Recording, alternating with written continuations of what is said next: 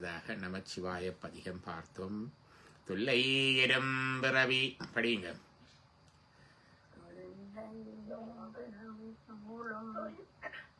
தொல்லை எனும் பிறவி சூழும் தலை நீக்கி அல்லல் அறுத்து ஆனந்தம் ஆக்கியதே எல்லை மறுவானறியளிக்கும் வாதவூர் எங்கோன் திருவாசகம் என்னும் தேன். தொல்லை இரும்பிறவி இரும்பிறவி தொல்லை இரும்பிறவி இரும்பிறவி என்பது இருள்மயமான பிறவி. இருள் என்பது ஆணவமலம். அடிப்படை காரணம் பிறவிக்கு ஆன்மாவோட எங்களோட உயிரோட இயல்பாகவே இருக்கின்ற ஆணவம் என்கின்ற அறியாமை தடிப்பு. அப்ப அதாலதான் தொல்லை இரும்பிறவி சூழும் தலை நீக்கி. அந்த பிறவிகால வார தலை கட்டு பிறக்கிறோம் கர்மாவை இந்த கர்மாக்களை செய்து அனுபவத்தை பெற்று அங்கால போறதுக்கு பிறகான கர்மாவுக்குள்ளேயே சிக்கப்பட்டு திருப்பி வந்து போறவதான் சூழும் தலை நீக்கி அல்லல் அறுத்து ஆனந்தமாக்கியதே. ஆனந்தமாக்கியது இது அது ஆகிறது. தத்துவமசி சிவன் சிவனாதல் எல்லை மறுவானறி unbounded individual dimension of the சோல்ல இப்ப இருக்கிறோம் நாங்க. இது இந்த ஆன்மா, இந்த உடம்பு, இந்த பெயர், இந்த தொழில், இந்த நாடு, இந்த தேசம், இந்த சமயம், இந்த மொழி, இந்த அடையாளம். அதை விட்டு cosmic dimension of the soul real கடவுளுடைய அந்த டைமென்ஷனுக்கு எக்ஸ்பேண்ட் பண்றது. அதான் கட்டறுக்க வெல்லானி என்ற கட்டறுக்க வெல்லானி பொய்கட்டு மெய்யான ரெண்டு பேரும் அந்த அதான் சொல்றாரு. எல்லை மறுபானறியளிக்கு உண்டா பரந்த விரிந்த கொஸ்மோஸுக்கு எல்லை இல்லை. காஸ்மிக் டைமென்ஷன் எல்லை மரபானறியளிக்கும் வாதவூர் எங்கோன் திருவாதவூர்ல இருக்கிற அரசன். அவன் வாதவூருக்கு அரசன் இல்லை, எங்கடைய அரசன் எங்கோன். எங்கடையாள் எம்முடைய அரசன் எமக்கு அரசன். திருவாசகம் என்னும் தேன் என்று சொன்னேன். தேன் இனிமை, மருத்துவம், ஹீலிங், பிரிசர்வேஷன், ப்ரொடெக்ஷன். மற்றது எவர்லாஸ்டிங் கெடாமலே இருக்கும். அப்படி எத்தனையோ திருவாசகம் என்னும் தேன். இதுல நமச்சிவாய வாழ்க என்ற சிவபுராண பதிகத்துல 10 வரிகள் வரைக்கும் பார்த்தோம். இன்றைக்கு 11 போகலாம். படியுங்க பாப்பம். 5 படியுங்க, அப்புறம் நான் பொருள் சொல்லிக் கொண்டு வரேன். ஈசன் அடி போட்டி சொல்லுங்க. ஈசனடி போற்றி இந்த அடி போற்றி கேசனடி போற்றி சிவன் சேவடி போற்றி நீயத்தே நின்ற நிமலனடி போற்றி மாயப்புறப்பருக்கும் மன்னனடி போற்றி சிறார் வெந்துரணம் கவனடி போற்றி. ஈசனடி போற்றி. ஈஸ்வரன் இங்க ஈஸ்வரன் இருக்கிறார். ஈஸ்வரன் என்றால் என்ன? சகல ஐஸ்வர்யங்களுக்கும் அதிபதி ஈஸ்வரன். அதிபதி ஈஸ்வரன். அதுல மகா ஈஸ்வரன் என்று இருக்கு. சிவபெருமானே இருக்கிற இது மகா ஈஸ்வரன் தான் மகேஸ்வரன்.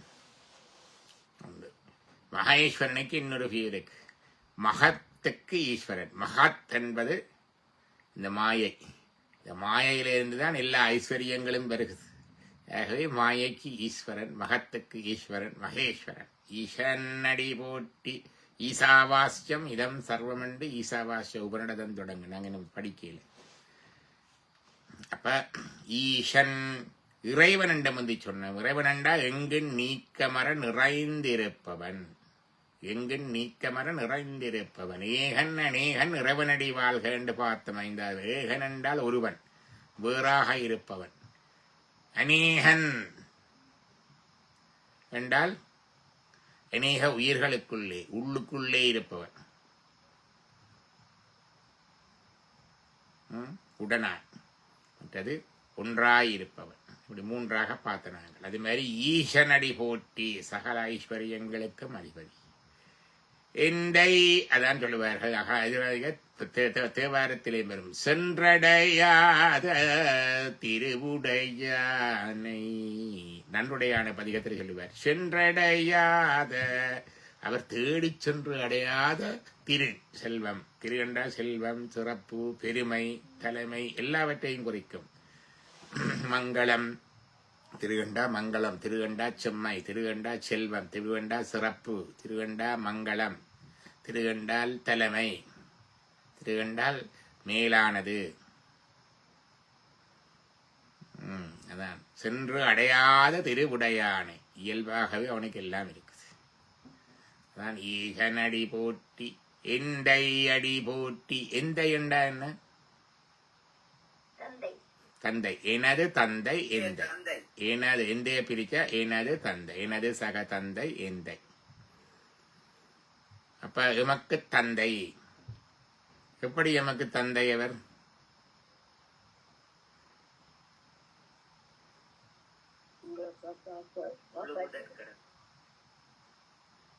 தந்தை என்றால் என்ன? என் அப்பா இங்க இருக்கிறார், எங்க இருக்கிறார், அவர் எப்படி எனக்கு அப்பாவானார்?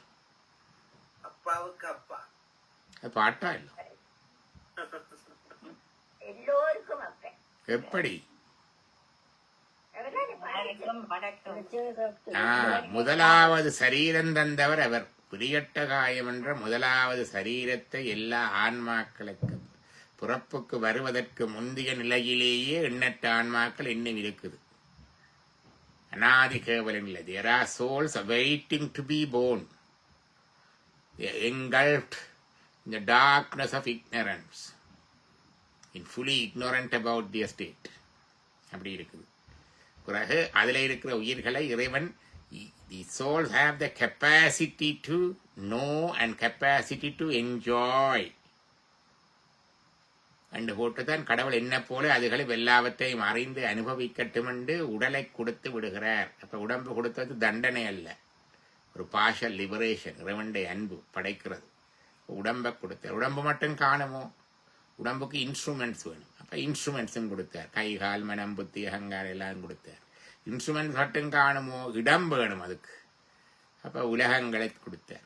பிறகு உலகத்துல அனுபவ பொருள்களை கொடுத்தார். தனு உடம்பு, கரணம் இன்ஸ்ட்ருமெண்ட்ஸ், மற்றது புவனம் உலகம், பிறகு போகம் அங்க இருக்கிற அனுபவ பொருட்கள். இந்த நாளும் தான் இறைவன் படைக்கிறது. உயிர்களை படைப்பதில்லை, உயிர்களை கடவுள் படைப்பதில்லை. உயிர்களுக்கு உடம்பைத்தான் கொடுக்கிறார். இந்த முதல் உடம்பு எல்லா உயிர்களுக்கும் ஒரே உடம்பு தான் கொடுக்கிறார். 8 எலிமெண்ட் பாடி, பிரியட்ட காயம். அது வந்த உடனே அதுக்கு பிறகு அதிலே செய்கிற கர்மாவை பொறுத்து அடுத்தடுத்த உடம்பு வருது. பிறப்பு ஒக்கும் எல்லா உயிர்க்கும். எல்லா உயிர்க்கும் ஒரே மாதிரி தான் பிறப்பு. சிறப்புக்கும் செய்தொழில், சிறப்பு ஒவ்வா செய்தொழில் வேற்றுமை. பிறகு அதுக்கு பிறகு அதற்கு ஏற்றத்தாழ்வு வாரது செய்தொழில். அதன் கர்மங்கள் வினைகளுக்கு ஏற்ப வரும். இப்ப கர்மா முதல் வந்ததா பிறவி முதல் வந்ததாண்டா இறைவன் முதல் பிறவியை கொடுத்தார். பிரியட்ட காயம். இந்த 8 எலிமெண்ட் படி உள்ளுக்கு இருக்க, பிறகு அதுக்கு மேலதான் மற்ற உடல்கள் எல்லாம் பொருந்தி வருகிறது. கடைசியாக இறைவனிட்ட போகின்ற பொழுது கடைசியாக நீக்கப்படுகின்ற உடலும் அதுதான். அதான் புரியட்டகாயம் புலப்பட எனக்கு தெரிய. அந்த அவையாருடைய அவனகவல்ல வரும். பிள்ளையார அவள் படிக்கிறீங்களா?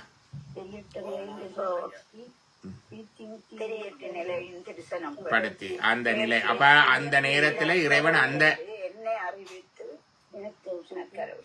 அந்த உடலையும் இறைவன் எடுத்துடுவார். அந்த உடலையும் இறைவன் எடுத்துடுவார். அப்ப அந்த உடல் தந்தபடியினால எல்லா உயிர்களுக்கும் இறைவன் தந்தையாகவும் தாயாகவும் இருக்கின்றான். இப்ப விளங்கிச்சு இறைவனை தந்தையன்று எல்லா சமயமும் சொன்னாலும் ஏன் தந்தையன்றது இதுதான் காரணம். எந்தையடி போட்டி. அடுத்தது தேசன் அடி போட்டி. தேசன் என்றால் என்ன? இல்ல, இது தேஜஸ். தேஜஸ் என்றா ஒளி. ஒளி, ஒளி. தேசன் ஒளிமயமானவன். சோதியே சுடரே சுழலி விளக்கே காண்பெரிய பேரொளியே. இப்படியா ஒளி. ஒளிமயமானவன் பரஞ்சோதி என்று சொல்லுவார்கள். எப்படிப்பட்ட ஒளி அது? இறைவனுடைய ஒளி எப்படிப்பட்ட ஒளி? வேரொளி 1000 சூரியனுக்கு மேல. தினகர கோடி பிரபாகர லிங்கம். கோடி சூரியர்களுடைய ஒளி ஒடுங்கு சேர்ந்தாற் போல இருக்கும். வக்ரதுண்ட மகாகாய சூரிய கோடி சமப்பிரப. கோடி சூரியர்களுக்கு சமமான பிரபை. பிரபை என்ற ஒளி. இப்படி கோடி சூரியர்களுக்கு சமமான ஒளி. ஆனால் மிகுந்த குளுமையாக இருக்கும், வெப்பையா இருக்காது.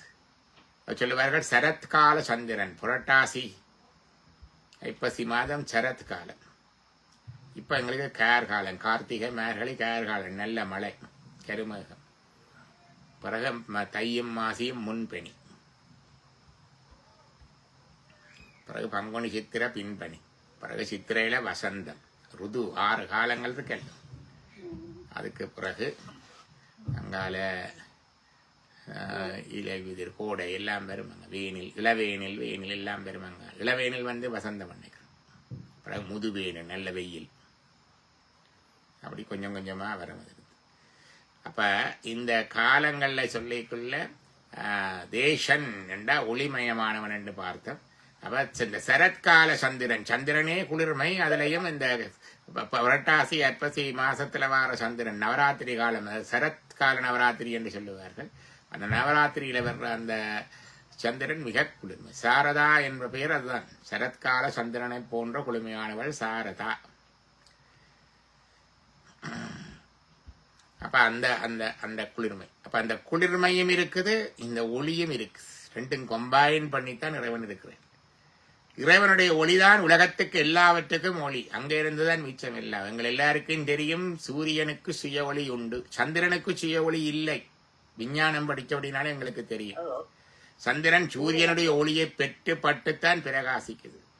ஆனா சைவன் சொல்லுது சந்திரனுக்கு மட்டுமில்லை, சூரியனுக்கே சுய ஒளி இல்லையா. சந்திரன் சூரியன் எல்லாமே இறைவனுடைய ஒளியை பெற்றுத்தான் பிரகாசிக்குது. இந்த சூரிய சந்திரன் இல்லை. அண்ட சராசரங்கள்ல எத்தனையோ கோடான கோடி சூரியன்கள் இருக்கு. எங்கட மில்கிவே கெலக்சி என்கிற இந்த பூலோகத்திலேயே 200-400 பில்லியன் சூரியன்கள் இருக்கு. அப்ப எத்தனையோ இது மாதிரி இருக்கு. அங்கால இருக்கிற அண்டங்கள் இருக்கிற சூரிய சந்திரர்கள், அங்கே இருக்கிற நெருப்பு, அங்கே இருக்கிற மின்னல், ஒன்றுக்குமே ஒளி இல்லை, சுய ஒளி இல்லை. நாதத்ர சூரியோபாதி, சூரியனுக்கு இல்லை. நா சந்திரத, நாண்ட இல்லை. சந்திரனுக்கும் இல்லை. தாரக, தாரகன நட்சத்திரங்களுக்கும் இல்லை. குதோயம் அக்னிஹி, அக்னிக்கும் இல்லை. மின்னலுக்கும் இல்லை. தமேபாந்தம் அனுபாதி சர்வம், உன்னுடைய ஒளியை பெற்றுத்தான் அதெல்லாம் பிரகாசிக்கிறது. இது வேதம். சஸ்ய பாஷா சர்வமிதம் விபாதி என்று. அப்ப 5க்குமே இல்லை. அவனுடைய தான் பஞ்ச ஆலாத்திக ஆற்றுறது. இறைவனுக்கு பஞ்ச ஆலாத்திகைக்கு சூரியன், சந்திரன், நட்சத்திரங்கள், மின்னல், அக்னி, இந்த 5 ஒளிகளுக்கும் நீதான் ஒளி. அதுதான் பஞ்சாலாத்தி. அது அழகாக சொல்லுவார். சூரியன் இறைவனுக்கு வலது கண்ணாம், சந்திரன் இடது கண்ணாம், அக்னி நெற்றிக்கண். உலகங்களில் நடக்கிற காரியங்களை பகலிலே சூரியனுக்கூடாக பார்ப்பாராம். உலக காரியங்கள் எல்லாம், இரவிலே நடக்கின்ற காரியங்கள் எல்லாம் சந்திரனுக்கூடாக பார்ப்பார். இறை காரியங்கள், இறைநாட்டம் உள்ள காரியங்கள் எல்லாம் அக்னி கூடாக பார்ப்பார், நெற்றிக்கண். அதான் இறைவன் பார்க்கிற கண். ஆனபடியாத்தான் நாங்க பட்ட பகல் இருந்தாலும் கூட இறைகாரியம் செய்ய விளக்கேற்றுறது. என்ன பவர்ஃபுல் டியூப்லைட் என்ன இது வந்தாலும் புராணம் படிக்க, தேவாரம் படிக்க விளக்கேற்றி படிக்கிறது. இறைவனுடைய கண் வந்து பார்க்கிற கண் அக்னி. அதான் அக்னி சாட்சி என்று சொல்றது. திருமணத்துல அக்னி வரும், அக்னி சாட்சி. சில பேர் அக்னியை அந்த விளக்கொண்டு திருமணம் தாலி கட்டைக்கு அதுக்கு பக்கத்திலேயே கொண்டு பிடிச்சு கொண்டிருப்பார்கள். என்ன அக்னி சாட்சி. இறை காரியங்களுக்கெல்லாம் எங்க போய் குத்து விளக்கு ஏத்துறீங்களோ அங்க இறைவன் சாட்சியா வந்துடுவார். அப்புறம் அங்க டப்பாங்குத்து ஆடப்படாது, மாமிச முறைச்சி படைக்கப்படாது. சில பேர் அப்படித்தானே, முன்னுக்கு பார்த்தா நிறகுடம் இருக்கும், குத்து விளக்கு இருக்கும், உள்ளுக்கு பார்த்தா எல்லாம் இருக்கும். அப்படி இருக்கப்படாது. பாட்டி வைக்க வேணுமாண்டா புரியும் வையுங்க, அதுக்கு குத்து விளக்கேற்றி போட்டு வைக்க வேண்டாம். ஓம் ஐயா. இப்போ இறைவனை சாட்சியாக அழைப்பது தான் அது. அப்போ இறைவன் எல்லாவற்றுக்கும் மொழி என்றதுக்கு கதை கொண்டு இருக்கு. அம்பாள் விளையாட்டாக இறைவனுடைய கண்களை பொத்தினாவான், 2 கண்களை. உடனே உலகம் முழுக்க இருண்டுட்டு முறைவனுடன் நெற்றி கண்ணை திறந்து ஒளி தந்தார். அப்போ உலகத்தில் சூரிய சந்திரன் அக்னி மின்னல் எல்லாம் இருக்கத்தக்கதாகவே, நட்சத்திரங்கள் இருக்கத்தக்கதாகவே இறைவன் கண் மூடினா எல்லாம் இருண்டுடும். ரெண்டா என்ன கருத்து? இறைவன் தான் ஒளிதாரார். அவர் என்ன செய்கிறார்? அம்பாள் மூடின உடனே டக்கண்டு எல்லாம் இருண்டது.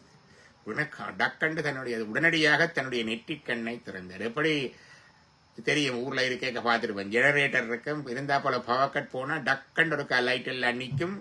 ஒரு ஃபியூ செகண்ட்ஸுக்குள்ள ஜெனரேட்டர் தண்டவாள ஆட்டோமேட்டிக்கா ஓனாக லைட் வந்துடும். அது மாதிரி அழகா சொல்லு, நாயகன் கண்ணயப்பால், நாயனுடைய கண் அழகினாலே நாயகி புதைப்ப, அம்பாள் இவருடைய கண்களை தன்னுடைய கைகளினாலே பொத்த, எங்கும் பாயிருளாகி மூட, எங்கும் பிச்சிங் டார்க்னஸ், பாயிருளாகி மூட, கையில சண்டை சராசரம் எல்லாம் இருந்துட்டுது.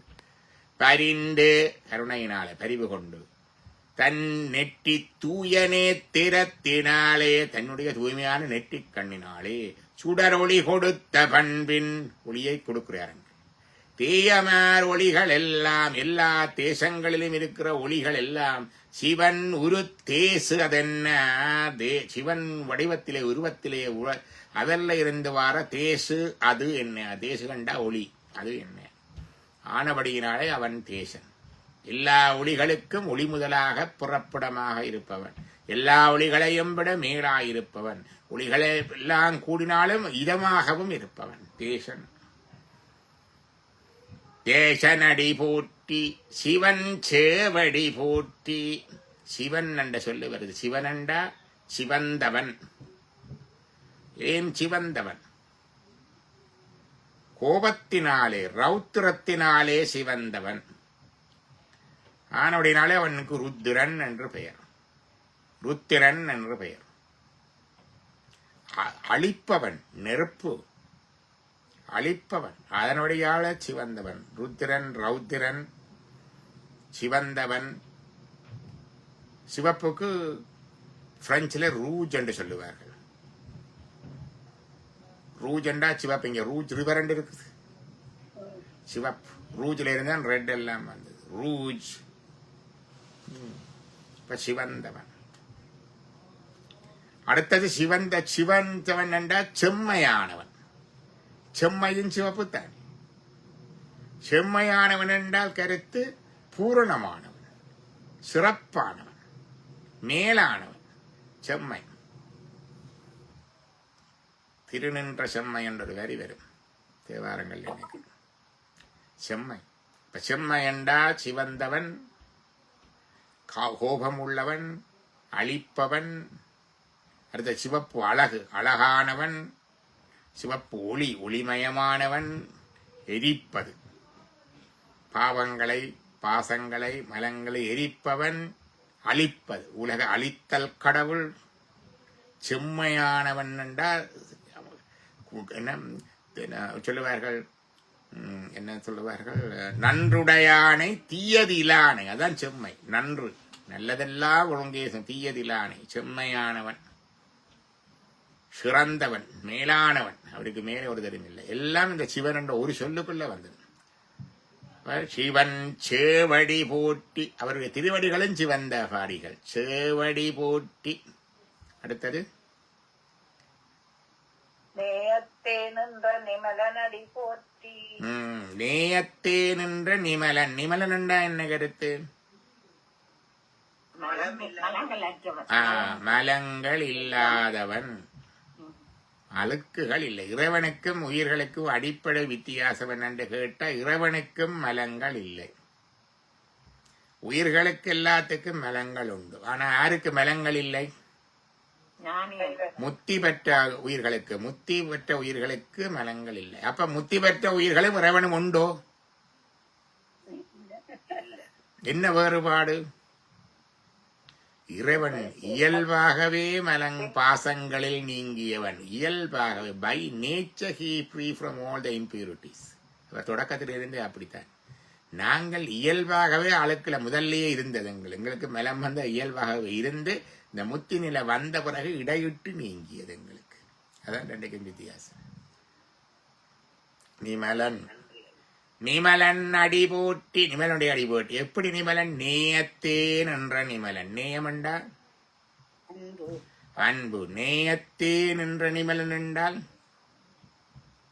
எல்லோருக்கும் அன்பு செலுத்துகிறோம். ரெண்டு, எங்கள் அன்பிலே, எங்கள் அன்புக்குள்ளே அவர் வருவார். நேயத்தேன் என்ற நிமலன். நிமலனுக்கு உருவம் இல்லை, அவருக்கு உருவம் இல்லை, குணம் இல்லை, குறி இல்லை. எப்ப எங்களுக்கு அது எங்களுக்கு அன்பு வர அவர் வருவார். எப்படி என்றால், வெளியில காத்துல நீர் இருக்குத்தானே, வளிமண்டலத்துல நீர் இருக்கோ இல்லையோ, தண்ணி கண்ணுக்கு தெரியுதோ? வளிமண்டலத்தில் இருக்கிற நீர் ஆவியா இருக்கு, தெரியாது. கொஞ்சம் குளிர்ந்தோன்னா முகிலா தெரியும், இன்னும் கொஞ்சம் குளிர்ந்தா பனியா தெரியும், இன்னும் கொஞ்சம் குளிர்ந்தா நீர்த்துளியா தெரியும், இன்னும் கொஞ்சம் குளிர்ந்தா பனித்துகளா கனடாவில இருக்கும், இன்னும் கொஞ்சம் குளிர்ந்தா ஐஸ் கட்டியா திண்மமா இருக்கும். எங்களுடைய அன்பு முதிர முதிர முதிர இறைவன் வருவார் முன்னுக்கு. அப்ப நேயத்தேன் என்றா எங்களுடைய அன்பு முதிர முதிர அங்க நிற்கிறார் அவர். எங்கள் அன்பு முதிர முதிர அங்க நிற்கிறவர், எங்கள் அன்பிலே நிற்பவர். நேயத்தேன் என்ற எங்கள் அன்பிலே நிற்பவர். மற்றது இறைவன் எங்களோட நிற்கிறது, எங்களுக்கும் வாரதும் அவருடைய அன்பு. அது ரெண்டாவது. அவர் எங்கள் மீது கொண்ட அளவற்ற நேசத்தினாலே நிற்கின்ற. அப்படியும் வரும், ரெண்டு பக்கமும் எடுக்கும். நேயத்தேன் என்ற நிமலனடி போட்டி. அடுத்தது மாய பிறப்பு. மன்னனடி போட்டி. மன்னன் என்ற அரசன், தலைவன். அவர்தான் ராஜா. அவருக்குத்தான் சவரனிட்டி, அதிகாரம் உண்டு. மன்னனுக்கு ஒரு சிறப்பு அதிகாரங்கள் எல்லாம் இருக்கு. அவர் ஸ்பெஷலா பாடன் பண்ணலாம். என்ன மரண தண்டனை கொடுக்கப்பட்ட கைதியை கூட அவர் மன்னித்து விடலாமோ இல்லையோ? அந்த விதி விலக்குகள் எல்லாம் பிரயோகிக்கிறது மன்னருக்கு தான் இருக்கு. உலகத்திலேயே பாஸ்போர்ட் இல்லாத ஒரே ஒரு ஆள் எல்லா இடமும் டிராவல் பண்றது யாருன்னு தெரியுமோ? Elizabeth, queen Elizabeth. குயின் எலிசபெத்துக்கு பாஸ்போர்ட் இல்லை, தெரியுமா? பாஸ்போர்ட் இல்லாம எல்லா நாடும் டிராவல் பண்ணுவாங்க. அதே மாதிரி அவருக்கு டிரைவிங் லைசன்ஸும் இல்லை. அதான் இறைவன் மன்னன். மன்னன் என்றால் அப்படி ஸ்பெஷல். அவருக்கு லைசன்ஸ் தேவையில்லை, அவருக்கு பாஸ்போர்ட் தேவையில்லை, அவருக்கு அனுமதி தேவையில்லை. அவருக்கு எல்லாம் ஸ்பெஷல் பவர்ஸ் இருக்கு, எல்லாம் பைபாஸ் பண்ணக்கூடிய டேலண்ட் இருக்குது. ஆனாலும் இப்ப நீதியா இருக்கணும் மன்னர். சும்மா எனக்கு பிடிச்சாக்களை எல்லாம் முன்னுக்கு போட்டு அப்படியும் செய்யல. நீதியான தேவன் பாருங்களேன். அதான் மன்னன். மாயப்புறப்பு அறுக்கும். எங்கட புறவி மாயம். மாயம் என்றா ரெண்டு கருத்து உண்டு. எங்கடைய மயக்கிறதால மாயம், இலூஷனல். இதை மயங்கி போயிருக்கிறேன் நான். இந்த ஆள், இந்த உடம்பு, இந்த சமூகம் எவ்வளவு சண்டை பிடிக்கிறேன். நான் சிங்களவன் என்று போட்டு சண்டை பிடிக்கிறேன், நான் தமிழன் என்று போட்டு சண்டை பிடிக்கிறேன், நான் சைவன் என்று சைவக்கார சண்டைகள் ஒரு பக்கம் இருக்குது. இப்படி எத்தனை சண்டை எல்லாம் புறப்பால வாரதுதானே. செத்து போய் அடுத்த பிறப்பில் அங்கால பிறந்துட்டா அங்க நின்று சண்டை பிடிப்போம் என்ன இல்லையோமா? இல்ல இல்ல, நான் போன பிறப்பில் அங்க தமிழனா இருந்தேன், சைவனா இருந்தேன், திருப்பி இந்த பக்கம் வருவோமோ? இல்ல. அதான் மாயப்புறப்பு. அதான் மாயப்புறப்பு. ரெண்டாவது, இந்த புறப்புக்குரிய உடல், கருவிகரணங்கள், உலகம், உலகத்தில் இருக்கிற அனுபவ பொருட்கள் எல்லாம் மாயையிலிருந்தான் வருகிறது. மாயையிலிருந்தான் எங்களோட உடல். மூலப்பொருள் மாயை சடமாக இருக்குது. இப்ப இந்த மூலப்பொருள் மாயை, உடல் வருகிறது, கருவிகரணங்கள் வருகிறது, இந்த உலகம் வருகிறது, உலகத்தில் இருக்கிற அனுபவ பொருட்கள் வருது. தனுகரண புவன போகங்களை தருவது மாயை. இந்த கண் மாயை, இந்த மூக்கு மாயை, இந்த மனம் மாயை, இந்த மூல மாயை, சித்தம் மாயை. உங்களுக்கு தெரியுமோ தெரியாது, நாங்க கதைக்கிற வார்த்தைகளும் மாயை, நாங்க சொல்லுகின்ற மந்திரங்களுமே மாயையிலிருந்தான் வந்தது. சுத்த மாயை, குடிலை, ஓம் பிரணவம் முதலான மந்திரங்களுமே மாயையிலிருந்தான் வருது. அப்ப இந்த மாயையிலிருந்து வருவதனால இந்த பிறப்பு, ரெண்டு பிறப்புக்கும் வரும். மாயண்டா இலூஷனல், மயக்கத்திலே செலுத்துகிற பிறப்பு, மாயையிலிருந்து வருகின்ற பிறப்பு. மாய பிறப்பு அறுக்கும் மன்னன் அடி போட்டி. அறுக்கிறது அவர் தான், வேறு ஒருதருமே செய்ய இயலாது. No one else can do that. அடுத்தது பெருந்துரை நம் தேவனடி போற்றி. தேவனண்டா தெய்வம். இவர் மாதேவன், தேவர்களுக்கெல்லாம் தேவன். அவருடைய அடிகள். அவர் எங்கே இருக்கிறார்? பெருந்துறையிலே இருக்கிறார், திருப்பெருந்துறையிலே இருக்கிறார். ஆனா திருப்பெருந்துறை எங்கோ இருக்குது. ஆனாலும் எங்கட இறைவன் தான் அங்கே இருக்கிறார். நம் தேவன் அடி போட்டி. எந்தை என்று சொன்னார், என்னுடைய தந்தை என்று சொன்னார் இல்லையா? எந்தை, எந்தை அடி போட்டி என்றார். எந்தை அடி போட்டி என்றார். அப்ப எந்தை என்று சொன்னார். இங்கே அடுத்ததாக சொன்னார் நம் தேவன், எங்கட தெய்வம் அவர். எத்தனையோ தெய்வம் இருக்கு, எங்கட தெய்வம் அவர் பர்சனல் காட். அதான் நம் தேவன், எங்கட பர்சனல் காட். அவர் தான் திருப்பெருந்துருளை இருக்கிறார். இது இப்படியும் பார்க்கலாம். எந்த பர்சனல் காட் முருகனா இருக்கலாம், அம்பாளா இருக்கலாம், பிள்ளையாரா இருக்கலாம், ஏன் புறமதத்தில் இருக்கிற எல்லா இயேசுவா கூட இருக்கலாம். அவர் தான் திருப்பெருந்துறையில் இருக்கிறார். நம் தேவன் திருப்பெருந்துறையில இருக்கிறார். எப்படிப்பட்ட திருப்பெருந்துறை? சீரார் திருப்பெருந்துறை. சீரண்டா சிறப்பு, சிறப்புகள் வந்து குவிகின்ற, ஆர்க்கின்ற. ஆர்த்த பிறவி துயர்கள் நாம் ஆர்த்தாடும் தீர்த்தன் தில்லை ஆறு ஆகர்ஷணம் இழுக்கின்ற எல்லா சிறப்புகளையும் தொடர்ந்து தன் வசத்தே வசப்படுத்தி இழுத்துக்கின்ற கொண்டிருக்கின்ற சிறப்புகள் புரிந்த, சிறப்புகள் நிறைந்த சீரார் பெருந்துறை, திருப்பெருந்துறையில இருக்கிற நம் தேவன், நவ பர்சனல் கோட் திருவடிகள் போற்றி. சீரார் பெருந்துறை நம் தேவனடி போற்றி. அடுத்த வரிய படிங்க பாப்பம். ஆராத இன்பம் அருள்மலை போற்றி. அருளும் மலை போற்றி. அருள் மலை என்ற கருணை கடல் என்று கேள்விப்பட்டிருக்கிறோம். தயா சாகரா என்று சொல்லுவார்கள். தயண்டா கருணை, சாகரம் என்றா கடல். ஓஷன் ஆஃப் மர்சி என்று சொல்லுவோம். Ocean of mercy. இங்க மவுண்டன் ஆஃப் மர்சி. அதான் சொல்லார் அருளும் மலை. அருள் செய்கின்றார். என்ன தருகின்றார்? இன்பம் அருளு மலை பூட்டி. எங்களுக்கு இன்பத்தை தருகின்றார். இந்த இன்பம் நாங்கள் அனுபவிக்கிற இன்பத்தை விட வித்தியாசமானது. நாங்கள் அனுபவிக்கிற இன்பம் எங்களோட நல்வினையால வாருது. நல்லது செய்தால் எங்களுக்கு அதன் பயன் புண்ணியம், புண்ணியத்தின் பலன் இன்பம். புண்ணியம் என்றது என்னென்று கேட்டால் பர உபகாரம், மற்றவர்களுக்கு உபகாரம் செய்வது புண்ணியம், நல்வினை. நல்வினை பயன் இன்பம்.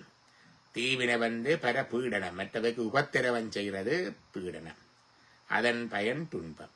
இன்பம் துன்பமும் எங்களுக்கு வருகிறது. அப்ப இறைவன் என்ன தருகிறார்? இன்பம் அருளுமலை போட்டி என்றா அவர்தார இன்பம் வித்தியாசம். எங்கட இன்பம் சின்ன இன்பம், ஒரு பவுண்டரி இருக்குது, மெஷ பண்ணக்கூடியது, லிமிட்டட் ஹாப்பினஸ்.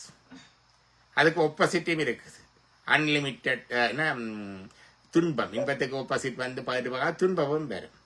நெடுக இருக்காது, மாறி மாறி வரும், கூடி குறைஞ்சி வரும் எங்கட இன்பம் எல்லாம். இறைவண்ட இன்பம் அப்படி இல்லை. ஆராத இன்பம், ஆராத இன்பம். அது என்ன ஆராத இன்பம்? அதாவது சில இன்பங்களை அனுபவித்த எங்களுக்கு ஐஸ்கிரீம் நல்ல விருப்பம். ஐஸ்கிரீம் நல்ல விருப்பம். அப்ப கொண்டே வச்சா ஒரு கப் குடிப்போம் இல்லையா? ஓகே, கொஞ்சம் கூட விருப்பம். ஓகே, டாக்டர் இருந்தாரில் எனக்கு என்னமோ அப்படி ஒன்று சுகர் ஒன்று இல்லையண்டா இன்னொரு 2 கப்பும் குடிப்போம். நல்லா இருந்ததுண்டா 3வது கப்பும் ட்ரை பண்ணலாம். அதுக்கு மேல குடிக்கலுமோ? தெவிட்டிப்போம். என்ன தெவிட்டிப்போம், தெவிட்டுதல். ஆனா இறைவனுடைய இன்பம் அப்படி இல்லை, அது தெவிட்டாது. ஆராத இன்பம் அனுபவிக்க அனுபவிக்க மாளாது, குறையாதது மட்டுமில்ல, அல்ல அல்ல எங்களுக்கு சலிக்காத தெவிட்டாத இன்பம். அதான் ஆராத இன்பம் அருளு மலை போட்டி. அதான் மாணிக்கவார் சொன்னார். அந்த அதைத்தான் சொல்றது ஆனந்தம். இறைவனுடைய எண்குணங்களில் ஒன்று ஆனந்தம். சச்சித்தானந்தம் என்றுதான் இறைவனையும் சொல்றது. சத்தே என்றும் உள்ளவன், சித்து அறிவும் உணர்வும் உள்ளவன், ஆனந்தம் ஆனந்தமே வடிவானவன். சத்து சித்து ஆனந்தம். மனம் சுட சுடு தண்ணீர் வந்து எந்த நேரம் சுட்டுக்கொண்டே தானே இருக்கு, ஆறாத தண்ணீர். ஆனா அதுவும் ஆறும் தானே, ஆறிப்போம். அது ஆறுறது அது வேற, அது ஆறு இது ஆறாத. ஆராத இன்பம் அருளு மலை போற்றி. ஆறாவமுதே அளவிலா, ஆறா அமுதே என்று படிப்பார். அளவிலா பெம்மானே ஆறா அமுதே, உண்ண உண்ணத்தை விட்டாது.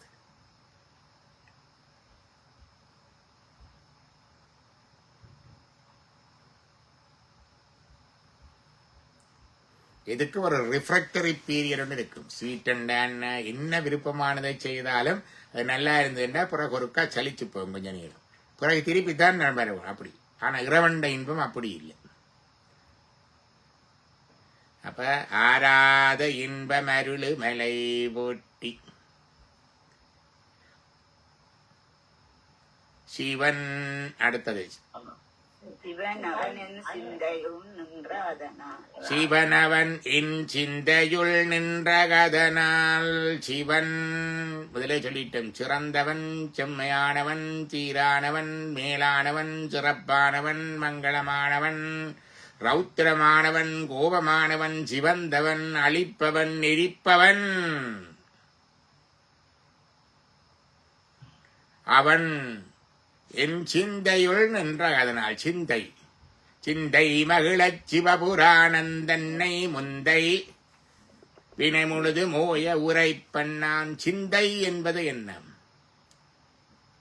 மனம், சித்தா, மனம் நினைத்தபடி இருப்பது. அதுக்கு முழுக்க போறேன். இப்ப கண் பார்க்குது, கண்ணா பார்க்குது, யார் பார்க்கறது? உயிர். அதே மாதிரித்தான் சந்தோஷமா இன்பம் அனுபவிக்குதுண்டா மனமும் அனுபவிக்குது இன்பத்தை, புத்தியோ அனுபவிக்குது இன்பத்தை, சித்தமோ அனுபவிக்குது இன்பத்தை. யார் அனுபவிக்கிறது? உயிர் தான் அனுபவிக்குது. அப்ப என்ன சொல்லி இருக்கிறார்? சிந்தையுள், உயிருக்குள்ளே. சிந்தை என்பது இங்க உயிர். சிவனவன் என் சிந்தையுள் நின்றகதனால். அவன் அதுக்குள்ள இருக்கிறான். அதனால அடுத்தது அவனருளாலே அவன்தாள் வணங்கி. அவன் அருளாலே எங்கன்னாவே 2 தரம் வந்துடுதுங்கன்னா அதை திருத்திக் கொள்ளுங்க. இதுல எழுத்துப்பிள்ளை கொண்டு இருக்குது. அவன் அருளாலே, பை ஹிஸ் கிரேஸ், அவனுடைய அருள் சக்தி. அந்த சக்தி பதிய பதிய எங்கட கும்பிடுதல் வரும். சத்திய நிபாதம், சைவ அருமையா சொல்லும். சத்திய நிபாதம், இறைவனுடைய அருட்சக்தி பதிதல். அது மந்த தரம், மந்தம், மந்தம், மந்தர் தரம், தீவிரம், தீவிர தரம் என்றது வருது. அப்படி ஓடல வரும் 4 கிரேட்ஸ். அது கொஞ்சம் கொஞ்சமா பதிய பதிய எங்கட கும்பிடுதல் கூடும். அவன் அருளாலே அவன் தாழ் வணங்கி. அடுத்தது சிந்தை மகள சிவபுராணம் தன்னை. பாத்தீங்களோ, சிந்தை திருப்பியும் வந்துட்டது. சிவனவனின் சிந்தையுள், ஆன்மாவுள் சிந்தை மகிழ, to rejoice within our soul. எங்கட ஆன்ம இதுக்காக சிந்தை மகிழ சிவபுராணம் தன்னை. புராணம் என்றா பழைய கதை, சிவனுடைய அனாதி முறைமையான தொன்மையை குறிக்குது. சிவபுராணம் தன்னை முந்தை வினை முழுது மூய. அது என்ன முந்தை வினை முழுது மூயும்? பழைய வினைகள், என்னுடைய பழைய வினைகள் எல்லாம் ஓயும்படியாக. எஸ்கோஸ்ட் மை former deeds, எஸ்கோஸ்ட் அதெல்லாம் ஓயும்படியாக உரைப்பெண் யான் நான் சொல்லுவேன். சிவபுராணம் படிப்பதன் நோக்கம் எங்கள பழைய வினைகள் போவதற்கு. திருவாசகம் படிப்பதன் நோக்கம் எங்கள் பழைய வினைகள் போவதற்கு. தேவாரம் படிப்பதன் நோக்கம் எங்கள் பல வினைகள் போவதற்கு. பழைய வினைகள் போக உள்ளுக்கு இருக்கிற அந்த புறப்பு அந்த தெளிவு வர பிறகு அவர் உள்ள வருவார். அதான் சிவனவனின் சிந்தையுள் நின்ற கதன. வர வர போக போக இறைவனுடைய அருட்சக்தி கூட பதியும். எங்கட மூடி இருக்கிற தடிப்பு தானே ஆணவம். அந்த தடிப்பு கூட இருக்கும் வரைக்கும் இறைவனுடைய ஒளி உள்ளுக்கு ஊடுருவார். ஒரு அளவுதான் போகும். சிமினியில புகை இருந்தா என்னண்டப்பா வெளிச்சம் வரும் வெளியில். புகை கொஞ்சம் குறைய தேய்க்க குறைய வெளிச்சம் கூட வரும். அது மாதிரி எங்கட ஸ்பிரிச்சுவல் பிராக்டிஸ், இந்த தேவார திருவாசகங்களை ஓதல், பஞ்சாட்சரம் ஓதல், அனுஷ்டானத்தை செய்தல், இறைவனை தோத்திரம் செய்தல், வழிபடுதல், இந்த நூல்களை வாசித்தல், சிந்தித்தல், இதுகள் செய்ய செய்ய தடிப்பு குறைய குறைய இறைவனுடைய அருட்சக்தி உள்ளுக்க பாய பாய சக்தி நிபாதம் ஏற ஏற அவனை வணங்குதல் கூடி கூடி கொண்டு வரும். அவனுடைய அனுபவமும் கூடி கூடி கொண்டு வரும். சிவ அனுபவம் சிவ அனுபவமாக வரும்.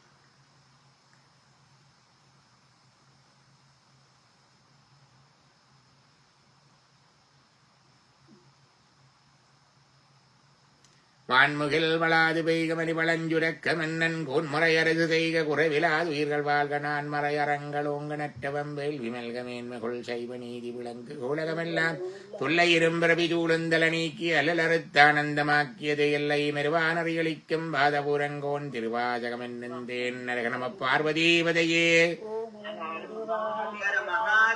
நம பார்வதீபதையே நம பார்வதீபதையே. தென்னாடுடைய சிவனே போற்றி. சிற்றபேசா சிவசிதம்பரம் திருச்சிற்றம்பலம். நன்றி ஐயா, நன்றி. நன்றி. திருப்பி நாளைக்கு சந்திப்போம். என்ன நாளைக்கு அடுத்த வரிய பார்ப்போம். அதே மாதிரி திருப்பள்ளி எழுச்சியை படிச்சு கொண்டு ஒவ்வொரு நாளும் அதை செய்து கொண்டு போகலாம். நல்ல விஷயம்.